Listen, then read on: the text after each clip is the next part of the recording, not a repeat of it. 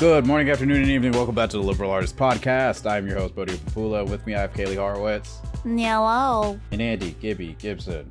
Oh god, I didn't think of anything this time. I'm just stuck here, looking down at my phone, expecting that something is going to come out of nowhere. Bazinga! Wait, no. Oh, that's bad. Okay. Ew, go back to 2012. The feelings of 2010 network TV just came rushing in, and it was not a good feeling.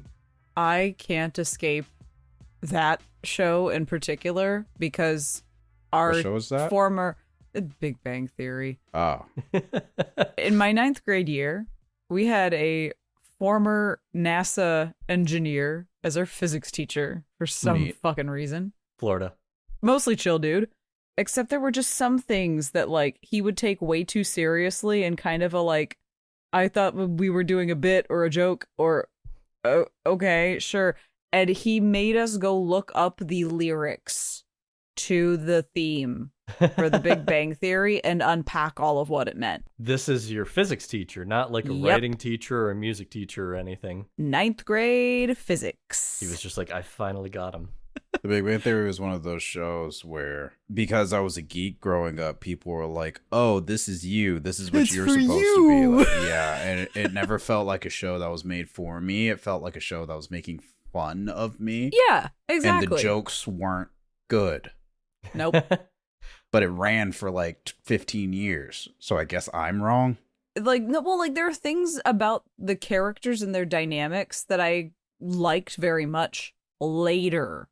But you had to survive and be willing to sit through like the first 3 seasons when, yeah, it pretty much was just, hey, nerds are weird. Comic-Con is weird. Yeah. Being smart is funny. Haha. At the time before nerd culture became like pop culture, just standard pop culture, Yeah.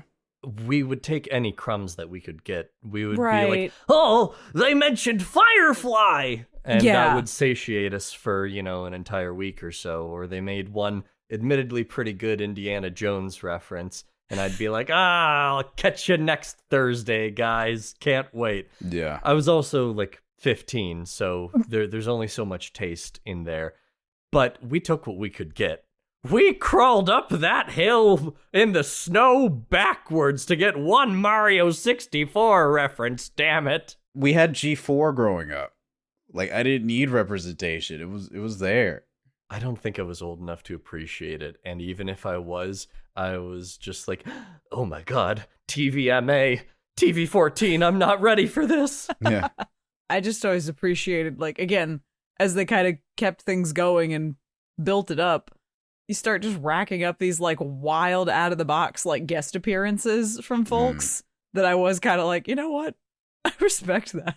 They were incredibly connected to get, Shatner, Stephen Hawking, like... Right? Leonard Nimoy! As should be expected for a TV show that runs almost long enough to be able to vote legally in the United States. That's Right. true. You want to hear my conspiracy? Okay. Yeah, go for it. Uh-oh.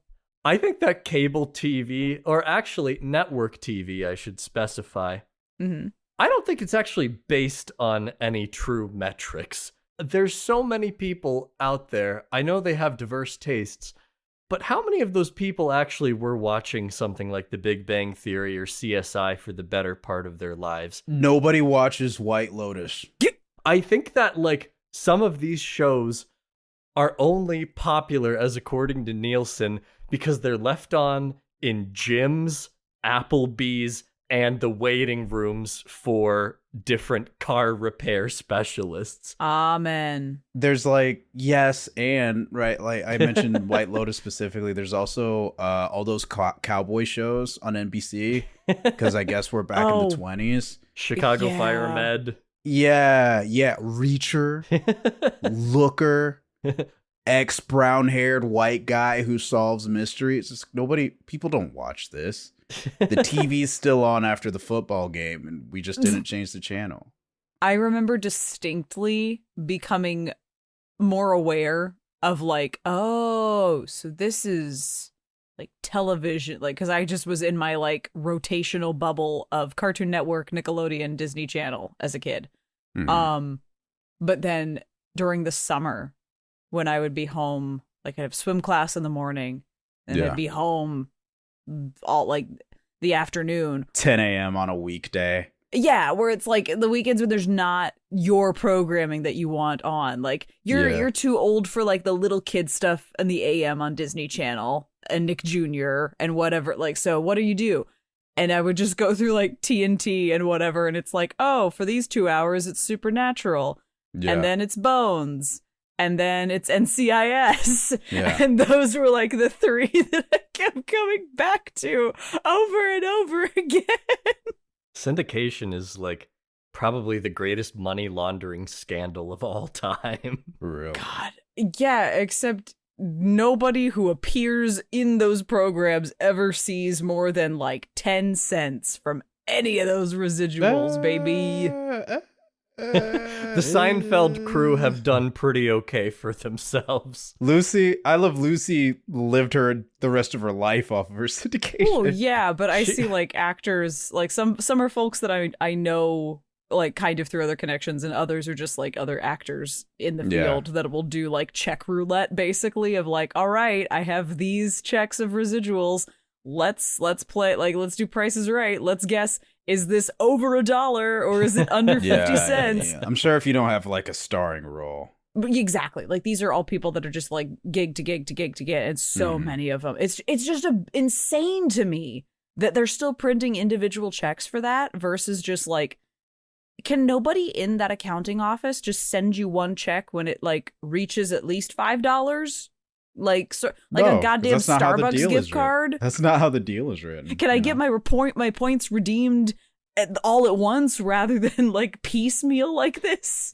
What do I do with a 30-cent check? I think about this because I'm corporate. If Jill What's-Her-Face was on my TV show for 25 seconds, but it shows 4 times a year because they have to do our seasonal. Right. NCIS, ABC, Extreme Beach Volleyball, You're at Home marathon. It's like, I got to pay the lady, but I'm also not going to sit here and be like, have 18,000 gig workers just watching the Geiger counter go up. Geiger counter? Geiger counter. Watching the counter go up until it hits 5, you know. Look, I mean? I know some TVs are radioactive, but you should be concerned if the Geiger counter's spiking. Sleepy, shut up. If you do have a Geiger counter in your home, maybe just do a sweep just in case. Look, man, I just really like Fallout. Honestly, that is a very believable Gibby answer. Who's to say that I don't have one clicking away? Do you? I need you at some point in your life to ponder your orb merits of having a uranium glass collection. What? Huh? It's uranium glass, yeah. Okay. You keep it in a locked cabinet that you don't actually use any of the glassware that's inside, but a lot of people will put a black light in it, and so you can see all of your glass pieces that glow a bright neon green. All of your glass pieces, that are giving you cancer. We only break them out for Thanksgiving. Most of it's light enough that it's not gonna like immediately give you cancer, but that's not even fun. So it's like you have radioactive material in your house and you're not even gonna like Hulk yourself. Yeah. But it looks pretty. Nope. Oh, give me the superpowers. Give me the superpowers, or like, no, that's dark. I don't need to say that. If you drink out of all of your radium glassware within one sitting, yes. Your irradiated uranium glassware in one sitting, you become the Hulk. So that's how they do it. How many glasses do I need? Probably a lot. I'll buy my menagerie right now. Just bring a black light with you whenever you go to a thrift store. I don't think you want to. That sounds like an awful idea. I did not think that sentence through. I need to bring up an absolute Pandora's box because it's still timely. Oh. Yeah, I don't want to talk about our topic for today. No. We'll get there. But I'll set a time limit of 90 seconds for this, Okay. just in case there's any new news. Mhm. How is the 24/7 Emilia Perez watch going? Starting now. They won more awards at the SAG Awards, and Fuck! I crawl closer and closer to insanity. I feel like That's we've all. been on like a CNN level like ratings sweep for a while of just like the numbers are dipping. Bring up Emilia Perez. I was intentionally trying to avoid it, but you wouldn't let me run. We need to build a website for the podcast just so we can have a countdown timer for the Bo crash out following the Oscars and Yeah. Emilia Perez. So the Oscars will be, what, 3 days after the release of this episode? Oh, fuck. I'm gonna have a time. Smoke it while you got it, pals. Yeah. Bo's gonna crash out. Bo's gonna crash out. I'm gonna have 5, some stuff to 4, say. 3, 2, and 1. That's the end of our Emilia Perez block. Thank you very Sweet. much. Let's. I can't say that. The Suicide Squads. The Suicide Squads. Oh no, I know exactly what you were going to say. All my friends are heathens, take it slow. Wait for them to ask you who you know. Please don't make I'm in a dark place. It is nighttime, so that does make sense. So true. I had a thingamajig, as I call them nowadays. Thingamajig. Would we get ruined in the algorithm if we put the Suicide Squad and suicide was in the title of I was also this worried episode? about that. Or we may just end up having to call it like Harley and Friends Power Hour. Or The like, unalived squad. I was thinking about that one too. Gross. And I was like, that's too TikTok. I can't get It into is. that. It's, yeah. Yeah, Little Miss. I am cringe, but I am free. No, you're not. You're in a Shit. cage. I'm just a rat in a cage. Suicide Squad and the Suicide Squad. Which this going back to this reminded me how much I fucking hated that decision. It's very stupid. I think James. James. No, I Mr. think Gunn. the Suicide Squad wanted to distance itself from Suicide Squad. How can we distance ourselves by just using the same title with an article in the front? TEHE. No, too many E's. Too many E's. THE. Buddy. Yes. Buddy, I know you're tired. There's no excuse for this. That was part of my bit. Oh, thank God. Yeah. I'm sorry, Bo. You're a good actor. I just wasn't sure. I thought we were having a Game Grumps spell you moment. Bit over. That's how we're going to start deciding those. As our resident DC historian, can you tell us a Yeah. little bit about the concept of the Suicide Squad?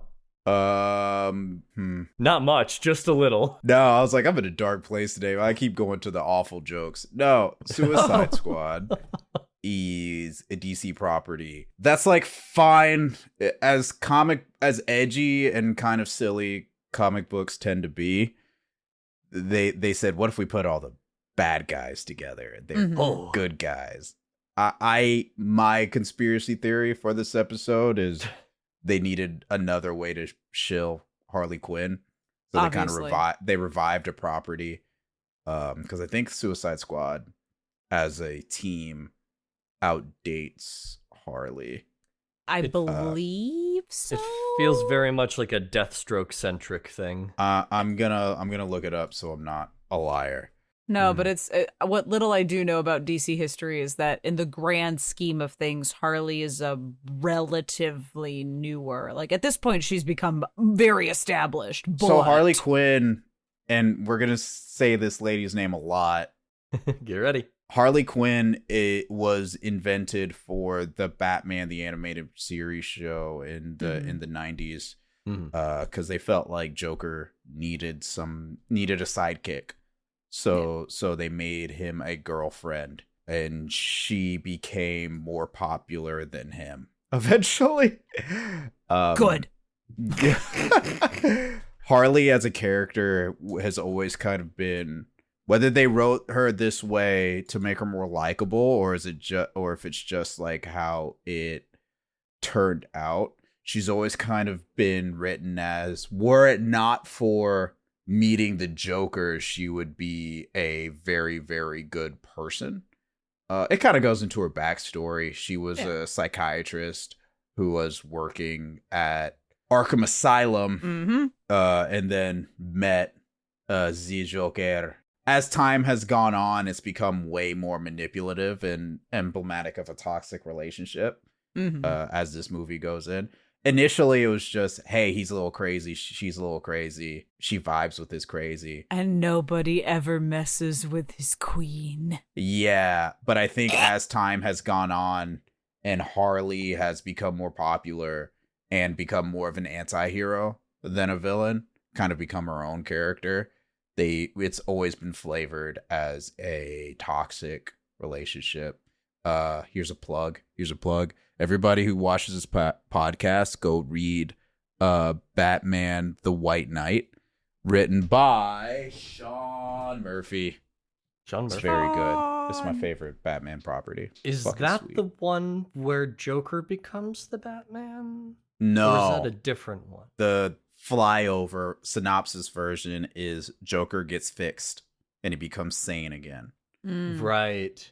It is very cool. Harley gets a whole line out of it. She becomes awesome. It's one of my favorite graphic novels. I have 3 of the 5 or 6 editions on my bookshelf right now that I'm looking at. I love it.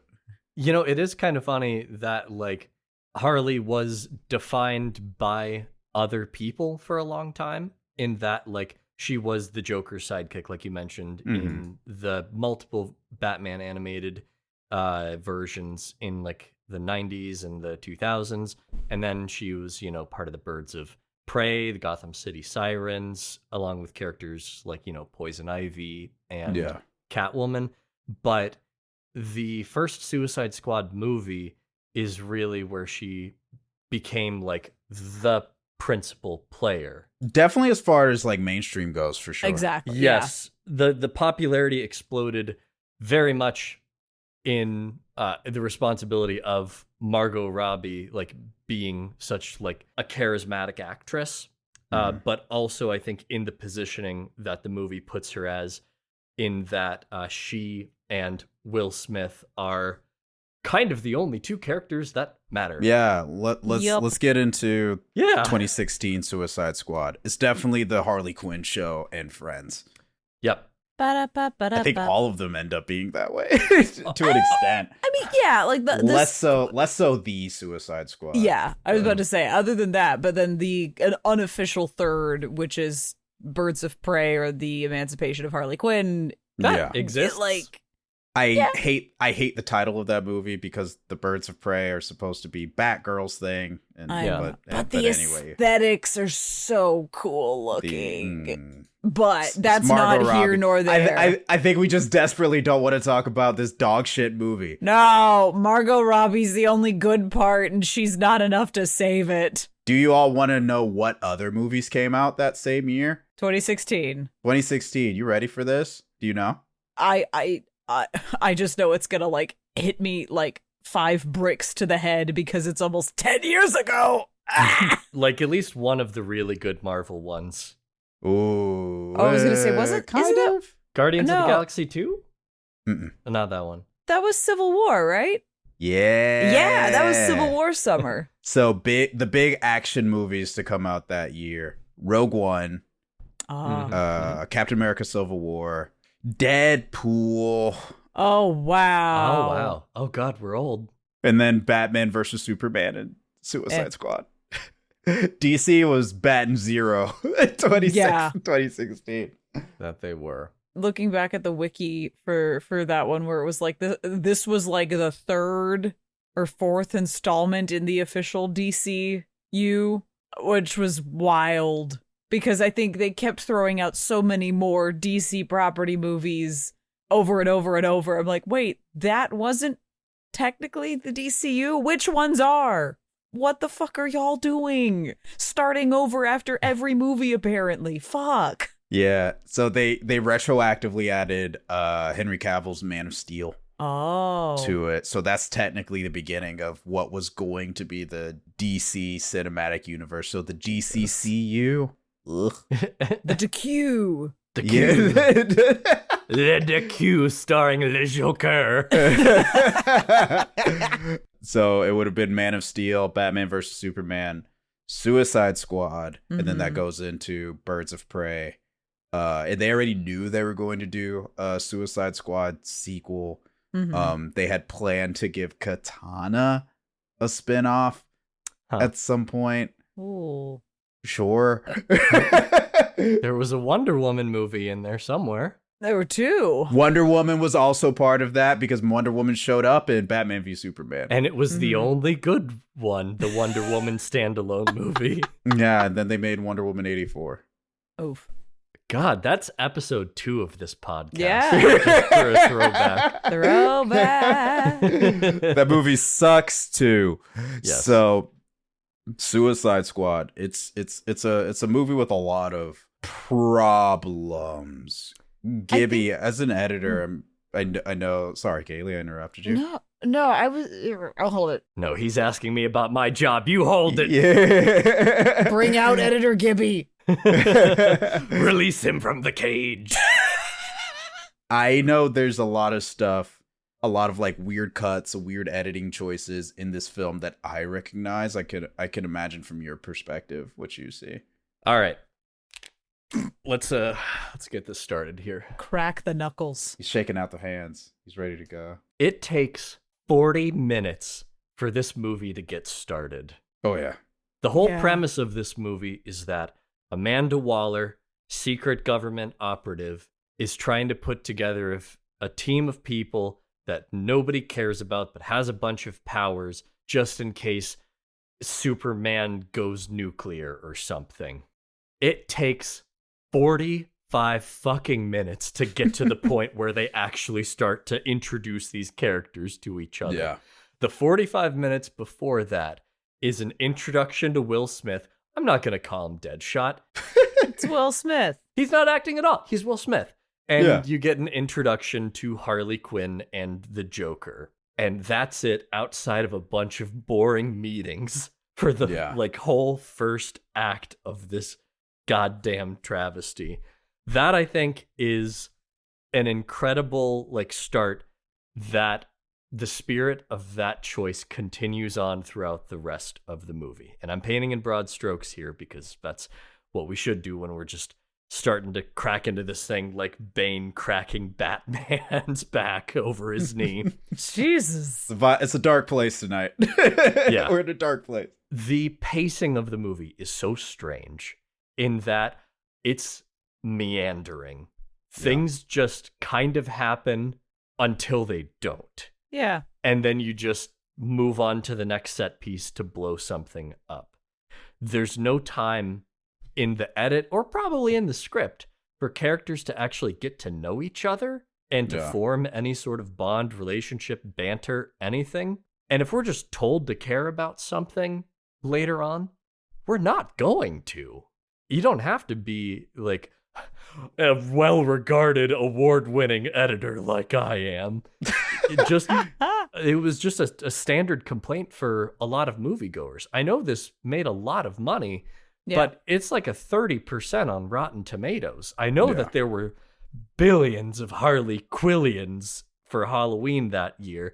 Oh boy, yep. What the fuck did you just say? Nonsense. I said And nonsense. for Halloween and at every con across America. It doesn't make you care about anything, which I think is my biggest problem with the whole movie. Did you guys feel that when you were watching it? For sure. I definitely remember sitting in that theater Mm-hmm. and feeling I'm not like a huge DC person. Again, the information I know has been picked up over years and years of going to cons and just being in fandom spaces with people that are that and being able to go, oh, this is so-and-so, this is so-and-so, or this is this character, a parallel to this character from the MCU or vice versa. And so going into this to Suicide Squad, I was like, I'm gonna kind of recognize some of these, but not. Maybe I'm just gonna miss a lot of things and just, really take the movie for what it is as a movie more than as a comic live action story sort of thing. And I remember just feeling so dazed and confused, so much going, what's happening? Is anything happening? Like, exactly, until just something happens. And I'm going, what? Am I missing something? Because I just feel bored until suddenly we get to a new fight sequence. I can't blame you, because there's one particular moment that I think really highlights that. It's when the Suicide Squad are assembled and Will Smith gets to say, "So what are we, some kind of Suicide Squad?" A moment that, unfortunately still lives on in internet communities to this day, with just making jokes, just inserting a different name into place. They assemble the team. He starts saying, "These explosives that they put in us, they're not real. Let's get ready to betray all these guys." And then Captain Boomerang and Slipknot. I bet you don't remember who Slipknot is, because who the fuck does? I forgot Slipknot was in this movie. Yep. They attempt to escape. They blow up, and then just Slipknot does. Who cares? Then Will Smith is still just like, "Hey, I'm talking very loudly, but we should still plan to betray these people." Fuck this shit, man. Yeah. It just keeps happening. I am that DC fan Kaylie described. I am that nerd who has the DC shirts, who was at the cons.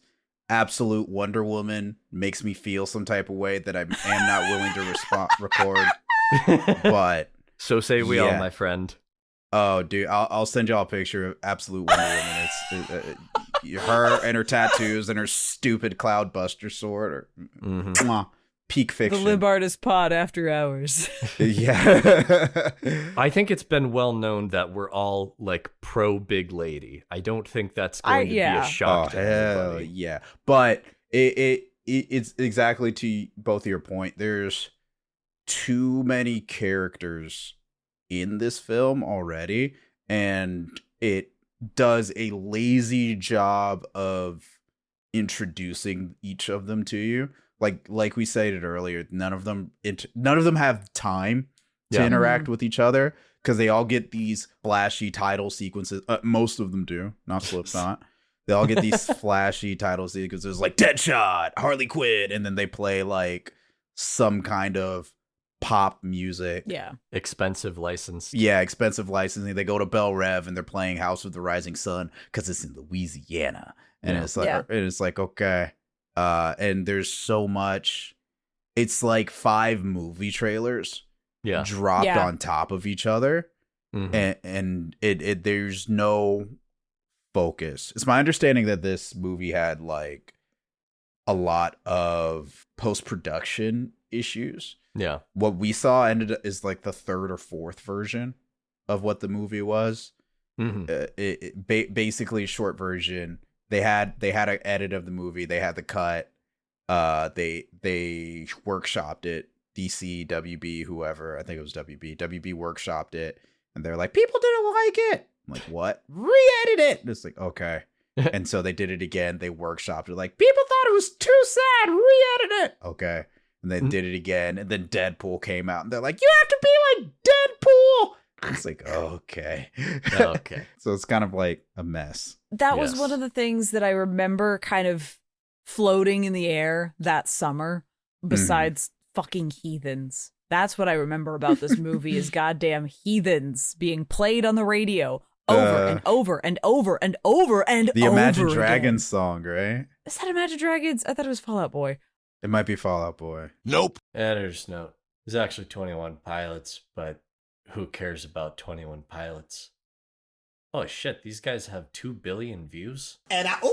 But yeah, all my friends are heathens, take it slow. Fuck, I hate that song. Haunts me because of this movie. That song sucks. They had several songs created for this movie. They did. Well, and that was the thing that I remember being talked about, was that it's DC caught with their pants around their ankles and After dark. strapped to the goddamn toilet. Like they were so far behind trying to get back in the race with Marvel that they threw this together through whatever the plan was at first, and then had several changes, based on, I think Justice League also affected what ended up being part of this story as well. Batman versus Superman was supposed to build into Justice League, and these guys were supposed to be tangential to that. So and that's where it's like, I don't know if I want to like shit on the writers for that, because it feels like they tried to go in with something and then got yelled at every corner.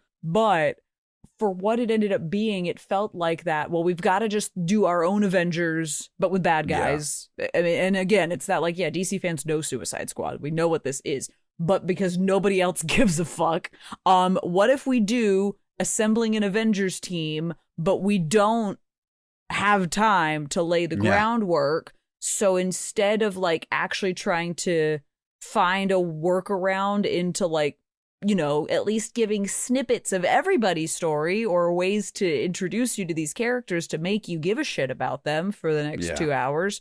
Let's just only do that for 2 and spend exactly so much time with certain people that it feels like 3 trailers in one. Yeah. And ignore the rest of the team and just throw them in and just try to trick you into believing you know who they are by using tropes and pop music. Yeah. And letting those like facades of like cultural knowledge just kind of give you the gist without giving you anything at all. We don't want to make the 5 movies to make an Avengers. We want to make Avengers and then make the 5 movies after. Yeah. Hey, remember Diablo in this movie? Yes. He was actually a cool dude. I wanted to know more about him. He's the only character who actually negotiates with Amanda Waller. Right. Did y'all notice that? His whole thing was like, he does that, and then he stands around. Yep. And then we found out that he killed his whole family. Mm-hmm. And then he says, this is my family, despite having known these people for a collective 20 minutes. Right. And then he like dies. an hour. I'm like, I wanted more of this character in literally anything but what you gave me him as. Mm-hmm. What the fuck? This is not a movie that balances those character arcs in any sort of way. No, because we have to spend all our time with Jared goddamn Joker. Yeah, like we saw it from the beginning. You're only going to have time for Will Smith and Harley Quinn and Joker. Like that's all of the character arcs that you're going to get here, because Captain Boomerang, I guess he can go fuck himself. Diablo, right. You came and went, pal. Congrats on your cool CGI moment. Here's Killer Croc. What's his consistent character arc? I don't know. He's big and might be black. Why did he start attacking the soldiers that he willingly swam under to set the bomb with? Right. I don't fucking know. But he's just like, yeah, I'm cool. I want BET on the movie. Hi. It's a frustrating movie because it feels, despite the fact that it came out years before AI had enough generative power to write their own scripts, it feels like the first AI-generated movie. Can I request that we stop using that as an insult to things? Like, just universally. People, no, not you specifically, just like in general. You have to apologize on behalf of anyone who's ever said that, Gibby. No, it's like every time we're like, this is bad, it had to have been written by AI. People have been writing bad shit since the beginning of time. No. Yeah. I'm saying, like, it feels like, remember those jokes that we saw about, like, I showed a bot 50 hours of Batman movies? Yes. It feels, that's what I'm saying. No, but this feels like something that just took it just took the essence of other things and gave very little substance to anything except, like, maybe 4 characters. The algorithm says this is the part where Seven Nation Army gets played. And so it will be. This is page 40. Well, I guess we got to do this part.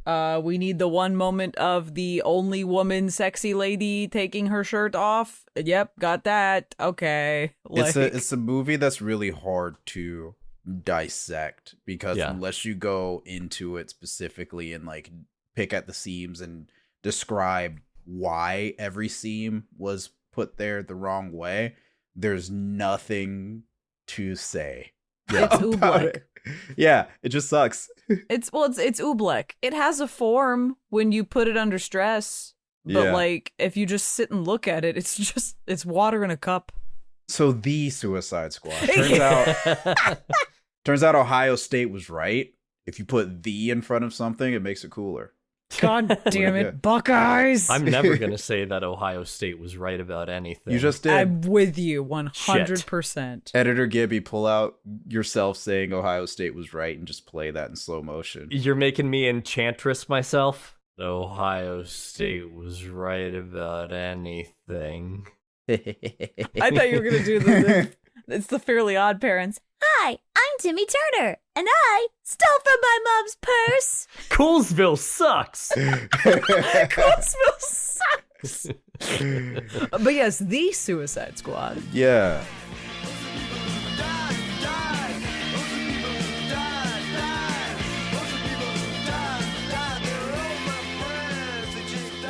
It's a much more fun movie. Turns out all we had to do was just steal James Gunn when Yeah. the other studio was just mad at him. It's like, Great. right. He might have said some uncool stuff on Twitter. He apologized for Yeah. it. So we forgive him. He apologized. Unlike some people, he did. It's basically just like, what if we did the first movie, but correct this time? Yeah. What if we did the first movie, blew up everybody except for hot girl Margot Robbie, and then just went for it? Okay, but like I think there's just to like get this out of the way, because I feel Mhm. like anything I say about this comes from the like, why does it feel like James Gunn is the only man in Hollywood that understands how to like write and direct comics, like comic narratives and the Yeah. things that make comics and graphic novels work? Yeah. Why is he the only person that knows how to translate that into a film script? I don't know. I disagree, man. Justice for the Weasel. That's my boy. But so like I feel like deliberately that Yeah. whole first team, that first squad I'm like, this has got to be him roasting the fuck out of the first movie Absolutely. by putting this here. I mean, absolutely justice for Weasel.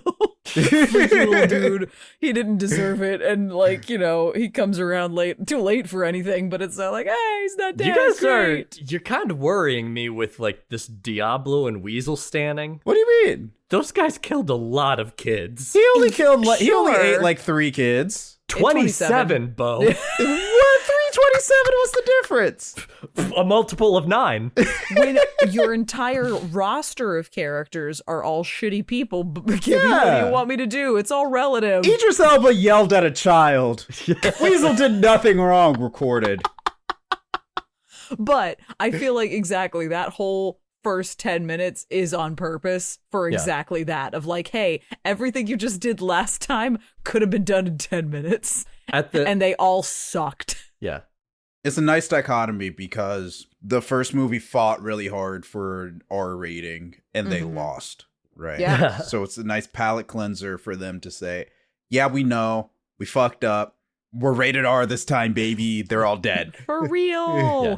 I think that's definitely part of it. I think the other elements that I think kick this movie off and get it going on the right foot, Mhm. instead of just like 45 minutes of introductory bullshit, is that we get the plot within 3 minutes. Yes. Where Yes. Amanda Waller just goes, yeah, I'm putting together a bunch of people that nobody cares about with powers. Also, instead of saving the world this time, we're just doing the shit that the US government has done for 50 years. Yep. Like, yeah, we're past it. But on the inverse, we give people time to get to know each other. Mhm. Even in like the squad that immediately gets got in a very funny way, there's more banter in there on that yeah. one like helicopter ride Mhm. than there is in the entirety of the first one. Like Mhm. you enjoy like Nathan Fillion like hamming it up with fucking Pete Butthole Eyes, like, and the Weasel of all people, because there's what did good Pete Davidson on some. ever do to you? He stole Kim Kardashian from me. Oh God, They're not together anymore. Oh yeah, that's been over for years. Yeah, the editor Gibby and Kim Kardashian saga got left on the cutting room floor on that season of Keeping Up with the Kardashians. They get to the point, but they also get to the banter, and they let it breathe and have fun. And then they'll circle back a little bit to say, okay, but here's what's really going on. Yeah. Will Right. Smith, don't need him.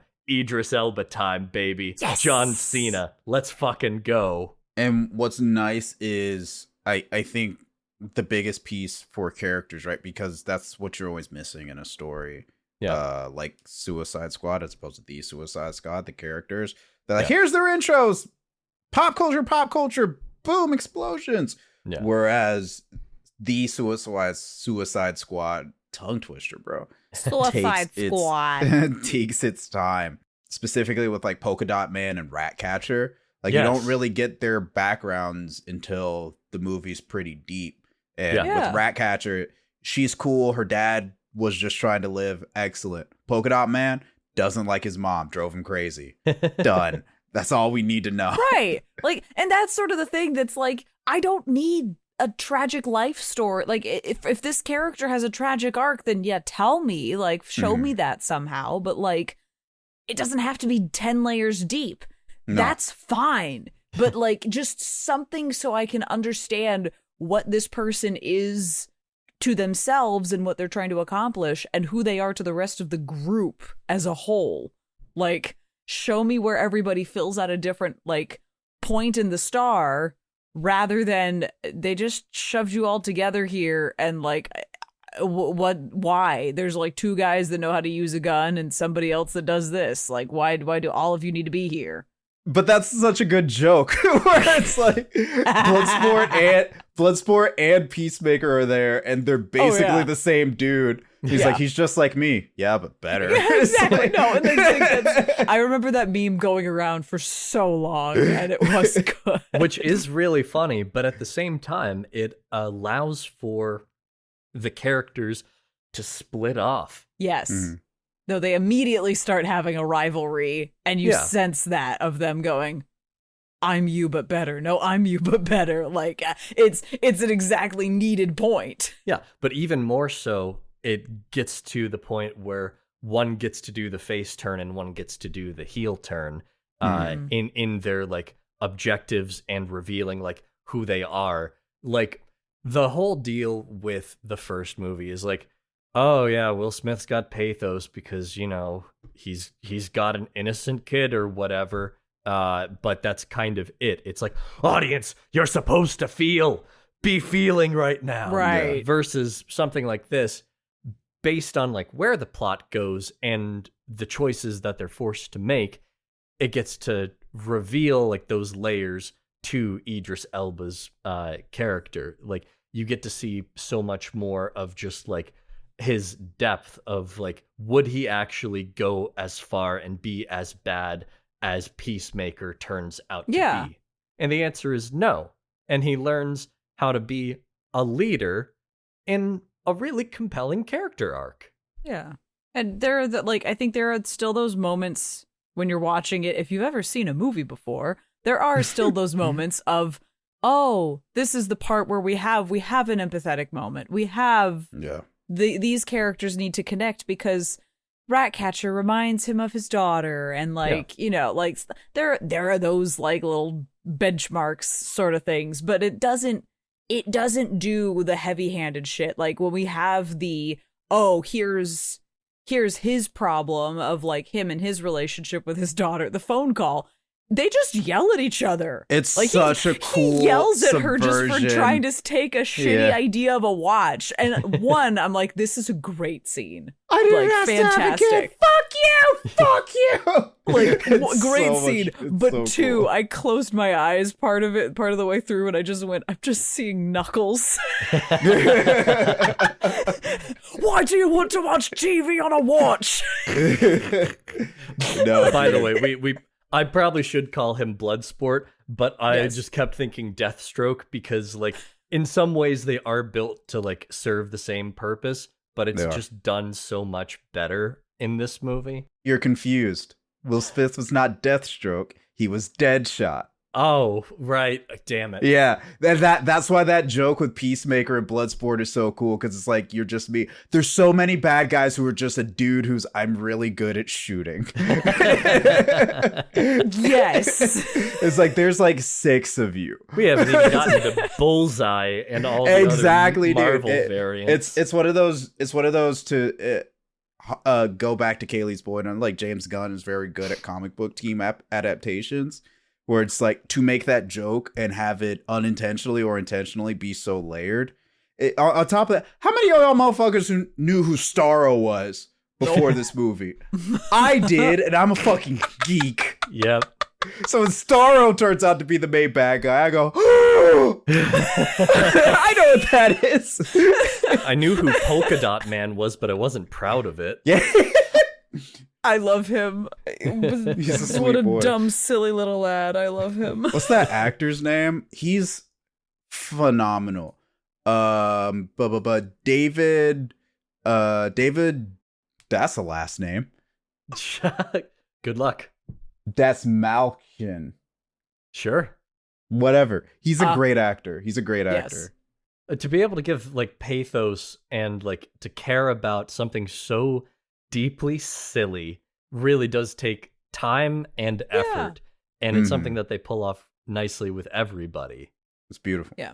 And of course, like, Harley Quinn is back in this one, and so is like, Colonel Flag, Lieutenant Flag, whatever. Yeah, They're the only two yeah. that make it out from the beach of that first squad that was sent as a distraction. But I really, really love how, of course we're gonna bring Harley Quinn back. It's Harley Quinn. It's hot girl Margot Like, Robbie. It's Margot Robbie. We know how James Gunn knows how fan service works. Okay. And we need to sell But- Halloween costumes. Well, and that's the thing, is that he goes, yeah, of course she's back in this and she's going to join up with the main group, but she is going to go off on her own for a while. And you know how we're going to give her the iconic, here's the Harley Quinn look for this movie. Yeah. I want to put her in a ball gown. Yeah. I want to put her in this big gorgeous dress. Yeah. And it becomes ripped to shreds and she tears it apart and use what she needs out of it for whatever. But like, I love that instead of the traditional sexify a cartoon woman or comic character with, short shorts and daddy's little monster baby doll tee, Yeah. we're going to put her in this beautiful dress and she's going to go on a whole little briefly romantic arc that quickly Little love whirlwind. quickly that goes wrong. south. Yeah. Hilarious. And but, like, smart. I love that so much. And then also we get some fucking pyrovision butterflies and rainbows for her as she goes on a bloody rampage later, still in the dress, Yeah. living her best life. And I'm just like, I love this version of this character so much more. Yeah, so does everybody. I think what really helps is that Harley Quinn doesn't feel like she's the main character. She's Right. the feature act in this one. Exactly. Bloodsport's the main character in Yes. this Okay. one. It's centered around him. She's the ace of this movie. Yeah. She's the star pitcher. She's not the home run hitter and whatever. Sure. Allegory. No, I get what you mean. I get what you Analogies. mean. Sports allegory. But we don't have her for a long time after the intro, and then we get a feature of her. It's this is the Harley Quinn mini movie. She's the B plot. Yeah. It also serves to progress the A plot because Mhm. when she kills her lover, the dictator, the general takes over and the stakes ramp up and everything. Yeah. And then the B plot and the A plot combine and everything without her feeling like she's overshadowing the rest of the cast. It's a really nice balance of things. And she gets to use the damn javelin. I was gonna say the way that again, seeds are planted at the beginning of the movie that come back and have great payoffs, and that javelin is definitely one of them. My favorite thing about Margot Robbie's Harley Quinn is that by the end of the first Suicide Squad movie, she's given up on her Brooklyn accent. She tries so hard and it's so bad in that movie. By the end of it, she's like, fuck it, whatever. I can do an American accent. That's all you're Just getting neutral out of me. American. That's yeah, what you neutral American. That's what you get.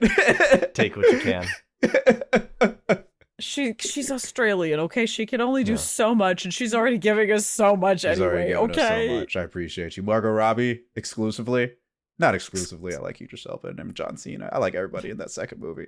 Margot Robbie, extra crispy. Come on the pod, please. We also haven't talked about Nara, the Shark Man. If you're gonna make a CG character, he's it. I love him. I love this. He's just a big dude. I just love that Sylvester Stallone was willing to voice this man. That Sylvester Stallone, like legendary actor that he is, willingly got in like a voice recording booth and went, "I'm smart."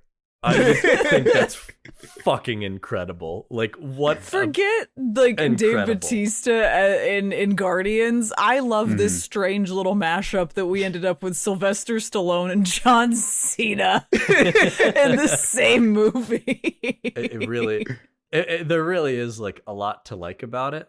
I will say, Okay. I think it could be crispier in that Yeah. I think they could have wrapped up some scenes quicker. I think they could have taken out some time. If this movie would have been like an hour and 40 minutes instead of factually checking. Hour 32. Yeah. Instead of 2 hours and 12 minutes. Yeah. I think that I would enjoy it all the more. It was a movie that probably should have been a little bit shorter, but for what it is, I very much enjoyed it. Yeah. I really love that this one doesn't pull its punches for like, it's like, all right, fuckers, you want an R rating, we're gonna give you an R rating. So it doesn't pull punches. People survive. It doesn't pull punches like visually in its fight sequences. Like some of these deaths are like horrendous, Gruesome. and pretty brutal. Pretty creative. Some of them pretty brutal for the most part. But between that and the language, I do really like how this time it felt like we wanted to be edgy and insane and just, you know, unpredictable with the first one. That's why we had the Joker. But it just felt like we were meandering and had no purpose. Whereas here, when suddenly shit hits the fan, even if it was for no reason, or even if it was a like, oh, it's because this, then the rug is immediately pulled out, or like the giveaway is immediately kind of like beat flip right after the fight or right after something. Like the sequence of them sneaking through the camp to rescue Flag, not knowing these are the rebels. Oh, These are the resistance fighter. That fucking funny. reveal fucking like hit so, it's simultaneously so funny and then so like blood curdling. Oh my god.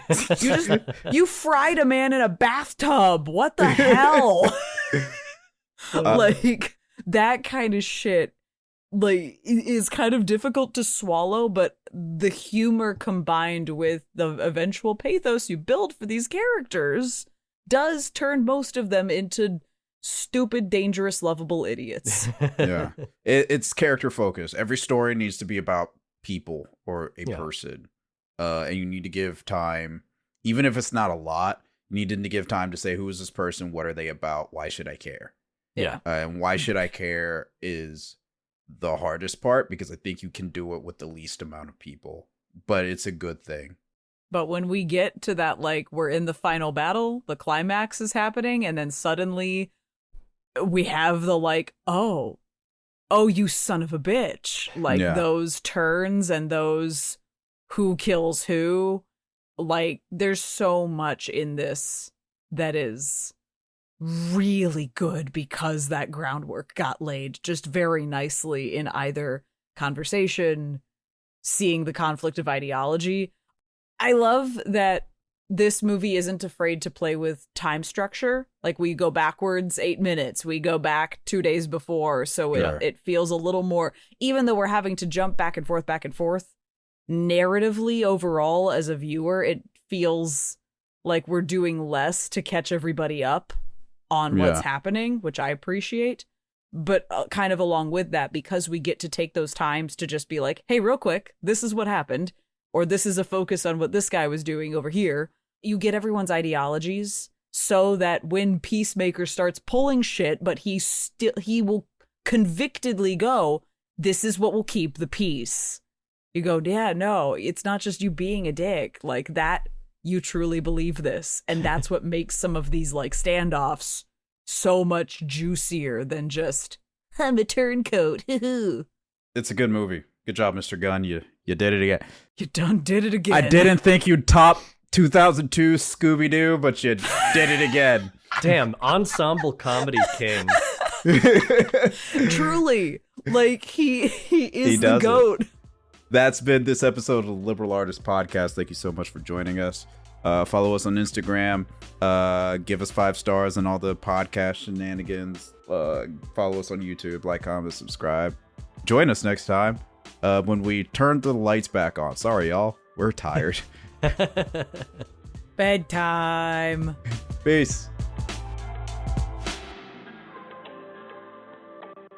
The Liberal Artists Podcast premieres every other Thursday on your favorite podcasting platform. The show is hosted by Bodio, Kaylie Horowitz, and Andy Gibson. You can find the show at Liberal Artists Pod on Instagram and Twitter. Thanks to White Hot for performing the theme song Reflect, which can be found on freebeats.io. Now, I'm off to go exploring, and maybe, just maybe, I'll find a sheep that I can call my own. Good day.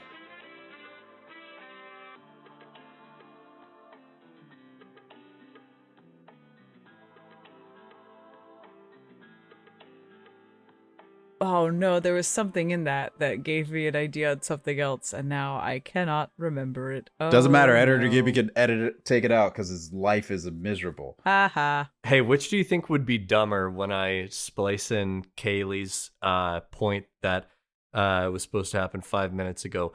If I shout Chaos Control or Zaworldo! Zaworldo, please! Okay.